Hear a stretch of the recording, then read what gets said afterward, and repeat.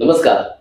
सांगली मिरज आणि कुपवाड शहर महानगरपालिकेची निवडणूक येत्या काही महिन्यांमध्ये होणार आहे. त्या अनुषंगानं प्रभाग रचना संपन्न झाली.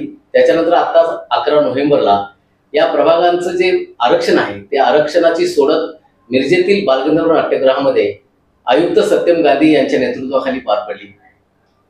ही प्रक्रिया पार पडत असताना निवडणूक आयोगानं जे काही घालून दिलेले नियम आणि अटी आहेत त्या नियम अटीनुसार ही प्रक्रिया संपूर्ण प्रक्रिया पार पडलेली आहे. आणि इथून पुढे आता खऱ्या अर्थानं सांगली मिरज आणि कुपवाड शहर महानगरपालिकेची निवडणूक आणि या निवडणुकीचं वातावरण तापू लागलंय असं म्हणायला हरकत नाही. अनेक गल्लीबोळांमध्ये, वॉर्डांमध्ये, प्रभागांमध्ये या निवडणुकीचं वारं सध्या वाहू लागलंय आणि वातावरण निर्मिती, एकूणच वातावरण निर्मिती सध्या व्हायला चालू झालेली आहे. कारण प्रत्येक जो इच्छुक उमेदवार होता, प्रत्येक वॉर्डांमध्ये अनेक 20-20, 25-25 उमेदवार इच्छुक होते. आणि कालच परवा झालेल्या 11 तारखेला झालेल्या ज्या प्रभागांच्या जे आरक्षण आहे त्या आरक्षणानंतर अनेक जण या प्रक्रियेतून बाहेर पडले. जागा ही उमेदवारी जाहीर झालेली आहे ते मात्र उमेदवार सध्या आता रिंगणात आहेत. ज्या जागा आहेत आपल्या संबंध सांगली मिरज आणि कुपवाड शहर महानगरपालिका क्षेत्रातील नगरसेवकांच्या, त्यापैकी तब्बल 39 जागा या महिलांसाठी राखीव झालेल्या आहेत. प्रभाग क्रमांक 8 मध्येही 2 जागा महिलांसाठी राखीव झालेल्या आहेत. SC साठी एक आहे आणि सर्वसाधारण जागेसाठी एक जागा आहे. अशा एकूण 4 जागा प्रभाग क्रमांक 8 मध्ये आहेत. या 4 जागांपैकी नामापुरामध्ये OBC मधून सध्या आपल्या समोर ज्या आहेत प्रियांका प्रशांत देशमुख या निवडणूक लढवण्यास इच्छुक आहेत. त्यांना भाजपाकडून उमेदवारी मिळावी अशी त्यांची मागणी आहे. त्या अनुषंगाने त्यांनी वातावरण निर्मिती करायला चालू केलेलं आहे. लोकांशी, प्रभागातील नागरिकांशी, मतदारांशी संवाद साधण्याचं, संपर्क साधण्याचं काम सध्या त्यांच्याकडून चालू आहे. आपल्या या कार्यक्रमाच्या माध्यमातून ते आज या सर्व मतदारांच्या बरोबर आज संवाद साधणार आहेत. नमस्कार. प्रभाग क्रमांक 8 मधून तुम्ही निवडणूक लढवू इच्छित आहे. कोणकोणते मुद्दे असे आहेत की त्या मुद्द्यांना घेऊन तुम्ही आता लोकांसमोर जाणार आहात? ऍक्च्युली महिलांसाठी खूप काही करण्याची माझी इच्छा आहे. महिला सबलीकरण करणे म्हणजे महिलांचं स्वसंरक्षण कसं करता येईल. आजकाल जगात खूप वाईट घटना घडत आहेत. त्या पद्धतीने मी महिलांना आणि मुलींना स्वसंरक्षण कसं करता येईल त्याच्याकडे थोडं लक्ष देणार आहे. आणि जे काही ओपन स्पेस आहेत तिथे मी एखादं ग्राउंड व्यवस्थित करून खेळाचे वेगवेगळे काहीतरी प्रकार उपक्रम राबवून की खेळाच्या माध्यमातूनही मुलींना पुढे जाण्यासाठी संधी साधण्याचा प्रयत्न करणार आहे. तसेच महिलांसाठी काय काय उद्योग यांचाही थोडासा मी त्यांच्या महिलांना काहीतरी त्याचा फायदा होईल पुढे जाऊन याचाही प्रयत्न करणार आहे. खरं तर तुम्ही तायक्वांदो आणि कराटेमध्ये आंतरराष्ट्रीय खेळाडू म्हणून तुमचं नाव लौकिक आहे. संबंध सांगलीसह पूर्ण महाराष्ट्रावर तुमचं नाव आहे. सध्या तुम्ही बिरनाळे सारख्या एखाद्या संस्थेमध्ये चांगल्या नावावर आलेल्या संस्थेत फिजिकल टीचर म्हणून तुम्ही काम करता. एकीकडे राजकारण आणि एकीकडे आंतरराष्ट्रीय खेळाडू. राजकारणामध्ये खेळाडू येणं खरं तर गरजेचं आहे. कारण खेळाडूकडे जी खिलाडू वृत्ती असते ती राजकारणात यायला पाहिजे असं मला वाटतंय. हो वाटतं. खरं ऍक्च्युली खेळाडू मी असल्यामुळेच तर माझ्याकडे ते नेतृत्व क्षमता जी काही असते ते खेळातूनच मला निर्माण झालेली आहे आणि त्याचाच फायदा मी इथे राजकारणात करणार आहे. आता महिलांचा तुम्ही उल्लेख केला की बचत गटांच्या माध्यमातून असेल, इतर काही अशा माध्यमातून तुम्ही काम करणार आहात. ज्या आता खरं बघायला गेलं 8 नंबर प्रभाग हा खूप मोठा प्रभाग आहे आणि प्रभागापेक्षा जे विस्तारित जो भाग आहे नव्यानं वाढलेला गुंठेवारी क्षेत्र, अशामध्ये अनेक सोयी सुविधांचा अभाव आहे. त्या संदर्भात काय भूमिका राहणार आहे तुमची? काय काम करणार आहात? कसं लोकांसमोर म्हणजे ड्रेनेजची सुविधा नाही आहे ते स्वतः थोडं लक्ष देऊन करून घ्यायचा प्रयत्न करणार. लाईट व्यवस्था, पाणी व्यवस्था या सगळ्या गोष्टीकडे लक्ष देऊन थोडंफार त्या एरियामध्ये प्रयत्न करणार आहे. आपल्याबरोबर खऱ्या अर्थानं पृथ्वीराज बाबा पाटील यांचे खर तर समर्थक असणारे प्रशांत देशमुख आहेत.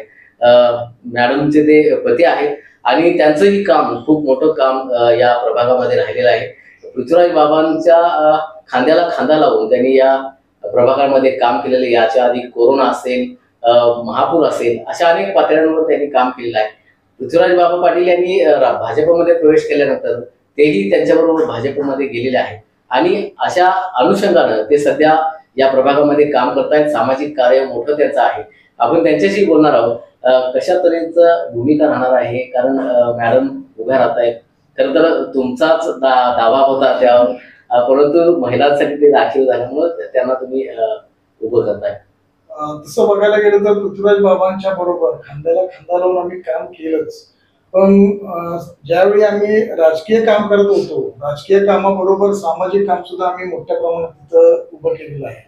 छोटी छोटी मंडळं असो, आमचा मित्र परिवार असो, सगळ्यांना बरोबर घेऊन आम्ही बाकीची बरीचशी कामं केली. तसं सांगायला गेलं तर कोरोना काळात अक्षरशः पहिल्या वेळेला आमच्या प्रभागातला पहिला जर कोण व्यक्ती असेल कोरोना पॉझिटिव्ह तर ते माझे वडील. म्हणजे त्या प्रभागात आम्ही त्या काळात आर्सेनिक अल्बम सारख्या ज्या होमिओपॅथिक गोळ्या होत्या त्या आम्ही घरोघरी जाऊन वाटल्यात लोकांना. सॅनिटायझर वाटप असू दे, अक्षरशः आम्ही त्या काळात गरजू लोकांना सुरुवातीचे 10 दिवस मोफत भाजीपाला सुद्धा वाटला. तिथं आमचा गरुड जे कलाक्रीडा सांस्कृतिक मंडळ आहे त्याचे अध्यक्ष आमचे गजानन माळे आहेत आणि संदीप येडवान आहेत. तसंच आमचे अजून एक मित्र आहेत रुपेश मुकाशी. हा आमचा सगळ्या ग्रुपनं मिळून हा कार्यक्रम अतिशय नेटका आणि जोमाने केला होता. त्या भागातील कुठलीही पेशंट सापडला तर आम्ही स्वतः त्याला गाडीतनं घेऊन जाणं, त्याला ऍडमिट करणं, त्याला दवाखाना दाखवणं, त्याचा औषध उपचार करणं आणि त्याला सुखरूप घरापर्यंत आणणं, इथपर्यंत सगळ्या जबाबदारी आम्ही केली. हे कोरोना काळातल्या गोष्टी. आणि त्या भागात तसं विचार करायला गेलं तर आमच्या भागात कुठल्याही, मला असं वाटत नाही की तिथं नगरसेवकांना कधी तिथं गटर काढण्यासाठी कुठल्या नागरिकांनी सांगितले किंवा एखादं काय. त्या भागातला जी स्वच्छता असेल, रस्ते असतील, लाईट्स असतील किंवा ओपन स्पेस स्वच्छता असेल, ह्या सगळ्या गोष्टी आम्ही तिथं आमच्या सगळ्या मित्र परिवारांच्या माध्यमातून अतिशय उत्कृष्टरित्या करू. प्रभाग क्रमांक 8 बघितलं तर खूप मोठा वॉर्ड आहे आणि अनेक इच्छुक उमेदवार इथून, कारण सांगलीमधल्या ज्या 20 प्रभाग आहेत त्या 20 प्रभागातील काही मोजकेच प्रभाग आहेत की तिथं अनेक जण इच्छुक आहेत आणि त्यामधला हा 8 नंबर प्रभाग आहे. आता याच्या माध्यमातून काही जण यातून बाहेर पडले आरक्षणानंतर, परंतु अजूनही काही इच्छुक आहेत. काहींचा अनेक पक्षांकडे मागणी आहे की आम्हाला उमेदवारी द्यावी. असं असताना तुम्ही आता कोणकोणत्या मुद्द्याला घेऊन लोकांबरोबर संवाद साधताय, कसं त्यांच्याबरोबर हे करणार? हे बघा, आता कसं आहे, आम्ही लोकांच्या पर्यंत पूर्वीपासून पोहोचलेलो आहे. आता लोकशाही आहे, प्रत्येक जण आपापलं तिकीट मागण्याचा अधिकार आहे, तो आपापल्या नेत्याकडे प्रत्येक जण करत असतो. पण आमचं बघण्याचा किंवा राजकारणाचा जो व्हिजन जो आहे तर एक सर्वसाधारण व्हिजन आहे की आम्हाला कुठेही म्हणजे अतिरेक पैसा कमवणं किंवा हा आमचा उद्देश नाही. समाजात ज्या गरजू गोष्टी आहेत, जसं लाईट असेल, पाणी असेल, गटार असतील, ह्या सर्वसाधारण गोष्टी, आरोग्य असेल. आता आमच्या डोक्यात एक अशी कन्सेप्ट होती की आमच्या प्रभागामध्ये एक मोठं हॉस्पिटल झालेलं आहे, महानगरपालिकेचं हॉस्पिटल झालेलं आहे.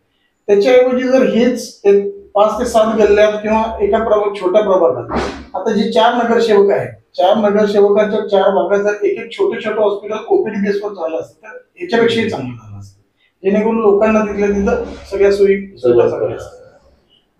आणखी आता खरं तर तुम्ही आता भाजपकडून उमेदवारी मागत आहात.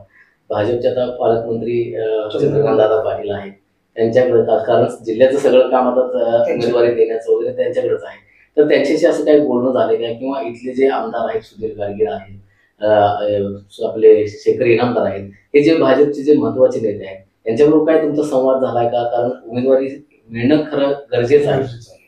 नाही, याच्या संदर्भात झालं तर आमची आग्रही भूमिका आहे. आमचे नेते, आमचे आधारस्तंभ, ज्यांनी आम्हाला बोटाला धरून राजकारणात आणलं, ऍक्च्युली ते बाबा माझे शिक्षकच आहेत. मी त्यांच्याकडेच शिकलोय आणि त्यांच्याबरोबरच काम करतोय. तर आमची आग्रही भूमिका त्यांच्याकडेच आहे की आम्हाला तिकीट मिळावं म्हणून. आणि त्याच्या व्यतिरिक्त आम्ही शेखर इनामदार साहेबांना सुद्धा भेटलेलो आहे, चंद्रकांत दादांनाही भेटलोय, सुधीर दादांनाही भेटलेलो आहे. ह्या गोष्टीत त्यांच्यापर्यंत आम्ही पोहोचवलेले आहेत की आम्ही इच्छुक आहे या प्रभागातून. आमचे प्रकाश मामा यांच्याकडे परवा जाऊन आम्ही त्यांना सांगितलं की मामा आता आरक्षण सोडत झाली आहे, आता मी तर या डावातून बाहेर पडतोय, पण माझी मिसेस आहे, तर आमचा दावा तुमच्याकडे असा राहील की ती एक आंतरराष्ट्रीय खेळाडू आहे, ती बीपीएल झालेली, बीकॉम झाली, बीपीएल झाली, एमपीएल झाली. NIS ला सुद्धा थोडे दिवस तिने केलं, पण काही कौटुंबिक कारणामुळे ते कम्प्लीट करू शकलो नाही. आणि तिचा स्वभाव हा बोलता आहे, मिसळून राहण्यासारखा आहे. माझी राहती ऍक्च्युली लोकांच्यात, महिलांच्यात बसणं उठणं, म्हणजे सगळ्या गोष्टी आडीनडी समजून घेणं, किंवा एखाद्याला अडाणी ज्या स्त्रिया आहेत, अशिक्षित स्त्रिया आहेत, त्यांना बाबा थोडस समजून सांगणं, किंवा ह्या बाकीच्या गोष्टीचं नेतृत्व गुण तसं आम्हाला त्याच्यात दिसलं. त्यामुळे म्हणलं आपण नाही तर निदान ही व्यक्ती तर आपल्याला तिथं हे करू शकते, बरोबर, कारण आंतरराष्ट्रीय खेळाडू आहेत आणि प्रत्येक खेळाडूकडे जर बघितलं तर नेतृत्व गुण थोडाफार तरी त्याच्याकडे असतो आणि म्हणूनच तो खेळाडू असतो. आता मला सांगायचं की तिच्याकडे नेतृत्व गुण तर आहेच, पण त्याच्या पाठोपाठ तिच्याकडे चिकाटी अशी आहे की एखादी गोष्ट करायचं तर ती ठामपणे करते. म्हणजे आम्हाला अशीच व्यक्ती पाहिजे की जी महापालिकेत गेल्यानंतर एखाद्या गोष्टीसाठी भांडून ती गोष्ट आमच्या प्रभागात कशी आणेल ह्याच्यासाठी ते चांगला गुण आहे असं मला वाटतं. मी जो प्रश्न तुम्हाला जो याच्या आधी विचारला की भाजपचे जे नेते आहेत त्यांच्याशी तुम्ही संवाद साधायला सुरुवात केली की संवाद साधला आहे, कारण असं आहे की भाजपमध्ये जे आता पूर्वीपासून जे काम करणारे जे निष्ठावंत कार्यकर्ते आहेत त्यांनी पालकमंत्र्यांकडे अशी मागणी केलेली आहे की नव्यानं जे इतर पक्षातून भाजपमध्ये आलेले जे कार्यकर्ते आहेत, पदाधिकारी आहेत, त्यांना उमेदवारी देताना थोडाफार विचार करा, कारण आम्ही अनेक वर्ष याचं काम केलेलं आहे. अशा तऱ्हेनं तुमच्या उमेदवारीला थोडाफार खोडा बसू शकतोय. म्हणून तसं काही तुमच्या त्या नेत्यांकडून तुम्हाला आश्वासन वगैरे मिळाले? आम्ही जी आमची मागणी आहे ही आमची मागणी आमचे नेते आदरणीय पृथ्वीराज बाबा पाटील यांच्याशी आमचं रोजच बोलणं असतं आणि रोजच आमचा पाठपुरावा आहे. आदरणीय बाबांनी आम्हाला तसा शब्द दिला की तुम्ही कामाला लागा, म्हणजे बाकीच्या ज्या गोष्टी आहेत त्या आम्ही पाहून घेऊ, म्हणजे नेते मंडळींची जी काही चर्चा आहे ते बाबा स्वतः पाहतील.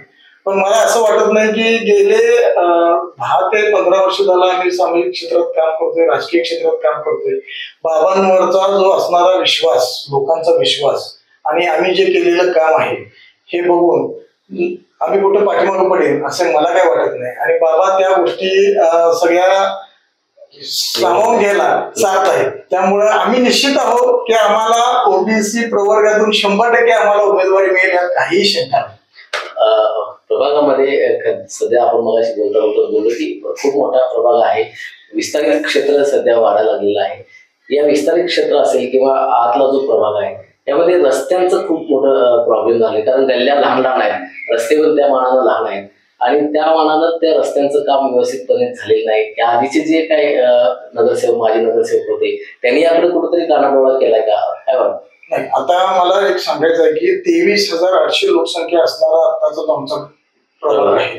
जसं विश्रामबागचा हरीश हॉटेल पासून म्हणजे विलिंग्टन महाविद्यालयापासून तुमचं कॅन्सर हॉस्पिटल जे आहे तिथून तुमचं हे जे आहे अल्फोन्सा स्कूल, तिथून तो भाग पूर्ण असा इकडं कुपवाडमध्ये महावीर व्यायाम शाळेपासून ते इकडे लक्ष्मीनगर पर्यंत असा हा मोठा प्रभाग आहे. आणि या प्रभागात बघायला गेलं तर गुंटेवाडी क्षेत्र पण आहे, चांगला एरिया पण आहे आणि मीडियम क्लास एरिया पण आहे, म्हणजे सगळ्या प्रकारचे लोक तिथं राहिला आहेत. तर तुम्ही म्हणला त्याप्रमाणे गुंटेवाडी भागातले रस्ते हे छोटे रस्ते आहेत, ड्रेनेजच्या खुदाईमुळे त्या रस्त्यांचं पूर्ण दुर्व्यवस्था झालेली आहे. त्याचं काही ठिकाणी व्यवस्थापन व्यवस्थित चालू आहे, काही ठिकाणी निकृष्ट दर्जाचं कामही झालेलं आहे, त्याबद्दल नाही. आता पाठीमागच्या नगरसेवकांनी काय केलं ह्याच्याशी आम्हाला कोणाची हे करायची नाही, पण आम्ही काय करणार आहोत ह्या गोष्टी आम्ही तुम्हाला सांगू इच्छितो की जे कुठलंही काम होईल ते उत्कृष्ट दर्जाचं करून घ्यायची जबाबदारी आमची आहे. म्हणजे गुंटेवारी जरी असेल, गुंटेवारीमध्ये आपण कशा प्रकारे कुठनं निधी खेचून आणता येईल, आदरणीय आमचे पृथ्वीराज बाबा असतील, आमदार सुधीरदादा गाडगे असतील आणि भाजप नेते आमचे शेखर इनामदार साहेब असतील, यांच्या माध्यमातून पाठपुरावा केल्यानंतर 100% ते आम्हाला सहकार्य करतील आणि आम्ही ते पाठपुरावा करून ते कामं मार्गी लावायचा 100% प्रयत्न. याआधी तुम्ही गुंटेवारीतील लोकांसाठी प्रमाणपत्र देणं किंवा इतर ज्या काही समस्या आहेत यासाठी काम केले, ते कशा तऱ्हेनं काम होतं आणि कसं करतं? आता गुंटेवारी क्षेत्रातील प्रमाणपत्राचं जसं आम्ही काही लोक आमच्याकडं बाहेर काम करत असताना की बाबा आमचे गुंटेवारीचे प्रमाणपत्र त्यांच्या फाईल्स ऍक्च्युअली महापालिकेत पडल्या, त्यांनी अर्धे पैसे भरले होते, पैशाच्या स्लिप त्यांच्याकडे होत्या. काही जणांची तर हाईट अशी असेल, तुम्हाला सांगतो स्लिप आहे तर फाईल काय आहे, तरी सुद्धा आम्ही ते पाठपुरावा करून त्यांच्याकडून त्या फाईली घेऊन प्रमाणपत्र मिळवून त्यांचं लोकांना आम्ही परत प्रयत्न केले. आता काही काही ठिकाणी कसं असतं, जाता येतं आपल्याला दिसतं की पाणी कुठे लिकेज आहे, आपल्याला कोणी सांगण्यापेक्षा आपणच फोन करून बाबा तिथल्या वॉलमनला किंवा लिकेज काढणाऱ्या माणसाला फोन करून सांगितलं बाबा इथे लिकेज हे काढून असं बरेच बघत होतं. तर तसा बघायला गेलं तर विवेकानंद सोसायटी, उत्कर्ष नगर, शारदा हुसेन सोसायटी, शारदानगर, काशीनाथ नगर, लक्ष्मीनगर हा तसा बऱ्यापैकी सदन भाग आहे. त्या लोकांच्या समस्या आहेत का तर आहेत, पण ते जेन्युइनली समस्या सांगण्यात थोडस मागेपुढे दिलं काही होते. तर आपण स्वतः फिरता एखादी गोष्ट समोर तर ते पटकन ती अनुषंगाने करून घेतलीच. बरं. पिण्याच्या पाण्याची पण समस्या अनेक हो आमच्या भागात पिण्याच्या पाण्याची समस्या पण आहे. आता कुपवाड MIDC ला जे पाणी पुरवठा केला जातो तिथून काही पाणी पुरवठा आमच्या ठराविक भागात होतो, म्हणजे पूर्वीपासून होतो. आणि काही आता ज्या पाण्याच्या 2 टाक्या, एक टाकी झाली आता आमच्या इकडे शाननगरला आणि दुसरीचं काम चालू आहे. तर ते पूर्ण दाबानं अजून आता भाग विस्तारित झाला, लोकसंख्या वाढायला गेली, त्यामुळे ते पाण्याचा पुरवठा कमी पडायला.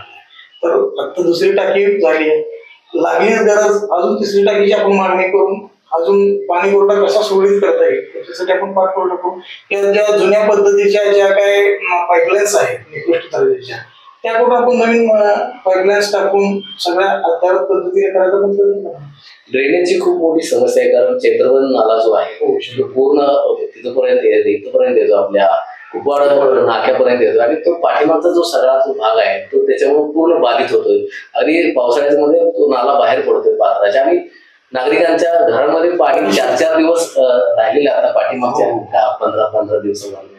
ही समस्या जी आहे ती अनेक दिवसांपासून प्रलंबित होती. आता काही पाठीमागच्या आयुक्तांच्या काळामध्ये ते काम चालू झालेलं आहे, पण तरी सुद्धा ही मोठी समस्या आहे. याकडे दुर्लक्ष होते, पाठपुरावा करायला कमी पडत ते लोक. साहेब तुम्ही म्हणताय ते बरोबर आहे. आता जो निधी आला त्या निधीतनं जे काम चालू आहे गेले 2 वर्ष झालं ते काम चालू आहे. म्हणजे कुठलाही ठेकेदार कॉन्ट्रॅक्टरला आपण काम दिल्यानंतर त्याला एक टाइम पिरियड असतो. मग ह्यांना टाइम पिरियड आहे का नाही?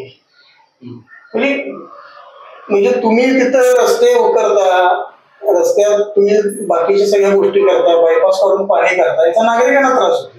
म्हणजे ह्याच्यावर कुठं तर प्रशासनानं लक्ष दिलं पाहिजे. कुठल्याही गोष्टीला एक टाइम पिरियड पाहिजे. टाइम पिरियड मध्ये ती कामं झाली असती तर एवढा त्रास झाला नसता. आता पाठीमागून म्हणजे चैत्रबनच्या थोड्याशा पुढच्या भागातनं त्यांनी आता ते सगळं केलेलं आहे, पण ठराविक ठिकाणी वळवून प्रत्येक भाग त्यांनी असं हे केलेलं आहे. तो थोडासा नाला हाईट त्यांनी आता उंच करून घेतली आहे, पण आता भाग एवढा मोठा विस्तारित आहे आणि नाल्याची जे क्षेत्र आहे ते थोडं कमी पडते.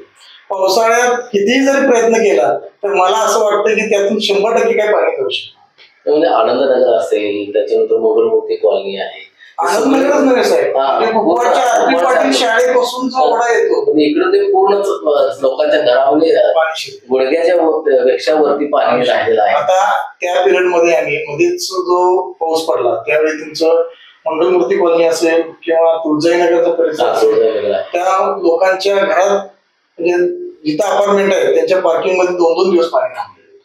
तर तिथल्या लोकांनी तो जो मधली पूर्वीचा बांध रस्ता होता तो बांध फोडून जे पाणी सोडलं, ते पाणी सोडलं तर आमच्या प्रभागातून पलीकडच्या प्रभागात 9 नंबर मध्ये पाणी शिरलं. जो मधला रस्ता आहे त्या मधल्या रस्त्यावर पूर्ण पाणी होऊन म्हणजे सगळंच हे होते. तर त्याचं परफेक्ट नियोजन झालं पाहिजे.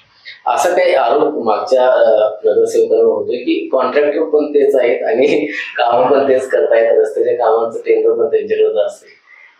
असं कसं आहे साहेब, तळे राखे तो पाणीचा.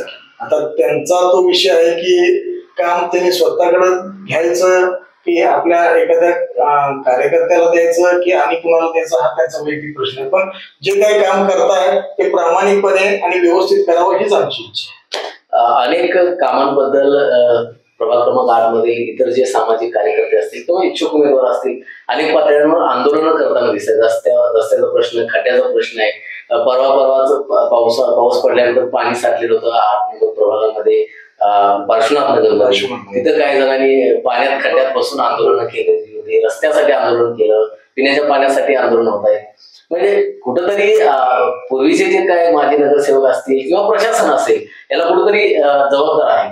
100% आहे. पूर्वी म्हणजे कुठलाही मला असं म्हणायचं नाही की कोणावर आरोपी करायचं नाही. माणूस म्हणजे त्याची कुठली तरी एखादी गोष्ट कमफत राहते किंवा राहते. प्रभाग एवढा मोठा आहे की त्यात कुठं जर थोडस काय राहिलं असेल तर ते प्रशासनाने त्याच्याकडे लक्ष द्यायला पाहिजे, नगरसेवकांनी लक्ष द्यायला पाहिजे. त्या गोष्टी जिथल्या तिथं जर व्यवस्थित झाल्या असं तर आज तो प्रश्न आला नसता. ऍक्च्युली तो रस्ता अगोदर केला होता. रस्ता केल्यानंतर जे ड्रेनेजचं पाईपलाईन झाली, ड्रेनेजच्या पाईपलाईन मध्ये पूर्ण सगळ्या रस्त्यांची खुदाई झाली. खुदाई झाल्यानंतर जे बारकाईनं प्रशासनानं लक्ष द्यायला पाहिजे होतं की जे चरी काढल्या त्या चरी व्यवस्थित मुजवून त्यात खडी व्यवस्थित भरून व्यवस्थित केले का, तर त्या काही ठिकाणी त्यांनी केलेलं नव्हतं. त्यामुळं पाऊस तिथं पडल्यामुळं ते खड्डे राहिले, त्या खड्ड्यात पाणी साठलं. त्यामुळे नागरिकांनी सुद्धा त्याचा फॉलोअप घेतला, पण प्रशासनाने त्यांना काय दाद दिलेली नाही. त्या अनुषंगाने आमच्या भागातील काही सामाजिक कार्यकर्ते आहेत त्यांनी ते आंदोलन केलं. आंदोलन केल्यानंतर मला खरं तर त्यांचं अभिनंदन करावं वाटतं की त्यांनी आंदोलन केल्यानंतर हे झालं, म्हणजे प्रशासनाला जाग आली की जे जुने नगरसेवक होते जे काही करू शकले नाही ते आमच्यासारखी नवीन पिढीतले कार्यकर्ते येऊन करायला लागलेत आणि प्रशासनाला जाब विचारायला लागले. गेल्या 15 वर्षात प्रशासनाला जाब विचारायला कोणच नव्हतं. आता नवीन नवीन जनरेशन मधली म्हणजे नवीन रक्ताची पोरं तयार झाली आणि जी अग्रेसिव्हली भूमिका घेऊन काम करतायत. आता भूमिका घेताना अग्रेसिव्हली घ्यायची की सामंजस्यपणे घ्यायची हा प्रत्येकाचा प्रश्न येतो. कसं असतं, प्रत्येक नेता जसा तसा कार्यकर्ता. आमचा नेता अग्रेसिव्ह आहे, पण कुठल्या गोष्टीत अग्रेसिव्ह आहे? एखादं काम झपाट्यानं करायचं का तर करायचं, एखादं काम खेचून आणायचं तर आणायचं. प्रशासनाकडे कसं काम करून घ्यायचं हा प्रत्येकाची कला आहे. 8 नंबर मध्ये आठवडे बाजाराचा मध्यंतरी एक विषय हा खूप मोठा गाजलेला होता. आठवडे बाजार तिथून बसवायचा होता, तो कॅन्सल करण्यात आला. काय नक्की मागणी राहिली तिथल्या नागरिकांची? आता जो बालाजीनगर पासून वारणालीच्या गेट पर्यंत पाटबंधाऱ्याच्या ऑफिस पर्यंत एक 80 कोटी रस्ता मंजूर झाला. त्या रस्त्याचं कामही झालेलं आहे, अर्ध काम झालेलं आहे, अजून पूर्ण काम झालेलं नाही. काम करताना त्यात काही बारीक त्रुटी होत्या. त्रुटी असल्यामुळे तिथल्या काही सामाजिक कार्यकर्त्यांनी आंदोलन करून ते काम बंद केलं. त्यानंतर त्यांनी सुधारण्याचा प्रयत्न केला, परत त्या त्रुटी निघाल्या, परत ते काम बंद पडलं. तर तिथं काही लोकांनी बाजार बसवायचा प्रयत्न केला होता, तसं त्यांचा म्हणजे मागणीही होती. पण मला असं म्हणजे माझ्या माहितीनुसार असं होतं की ते प्रशासकीय काही ज्या बाबी असतात, म्हणजे महापालिकेची परवानगी किंवा ह्या गोष्टी आहेत, त्या गोष्टी त्यांना मिळाल्या नाहीत. आणि त्याच्याच अनुषंगाने तसं विचार करायला गेलं तर तिथे जैन समाज पण फार मोठ्या प्रमाणात आहे. जैन समाजाचा पण त्याला थोडासा विरोध होता की बाबा तिथं मांस मच्छी वगैरे विक्री, म्हणजे ते जर सगळ्या समाजातील लोकांनी एकत्र बसून जर ठरवलं असतं की बाबा इथं कशा प्रकारचा बाजार बसवला जाईल. आता तुम्ही विचार करायला गेला तर वारणाली पासून जो पोलीस लाईनचा जो रस्ता जातो त्या रस्त्यावर एक बाजार बसतो. त्या बाजारामुळे लोकांना एवढा त्रास होतो, दोन्ही साईडला जे लोक बसतात त्याच्यामधनं एखादं वाहन जाता येत नाही किंवा काही करता येत नाही. त्यातला जरा थोडासा पोर्शन ह्या साईडला घेऊन जर असा एल शेप मध्ये जर असा बाजार केला असता तर चांगलं झालं असतं. अशी तुमची आता मागणी राहिली आहे? इथून पुढच्या काळात ही मागणी राहील. हे बघा, बाजार पाहिजे का तर 100% पाहिजे. बाजारही पाहिजे, सुविधाही पाहिजे, पण लोकांना त्रासही नाही. त्या अनुषंगानं कुठं त्याचा मध्य काढून आपल्याला एखादं चांगलं काम करता येईल ते आपण 100%. आता तुम्हाला जाता जाता एक प्रश्न विचारतो की आता नागरिकांना म्हणजे पर्यायानं मतदारांना तुम्ही काय आवाहन कराल? कारण नव्यानच उमेदवार म्हणून तुम्ही लोकांसमोर उभे राहताय, पहिलीच निवडणूक तुम्ही लढताय.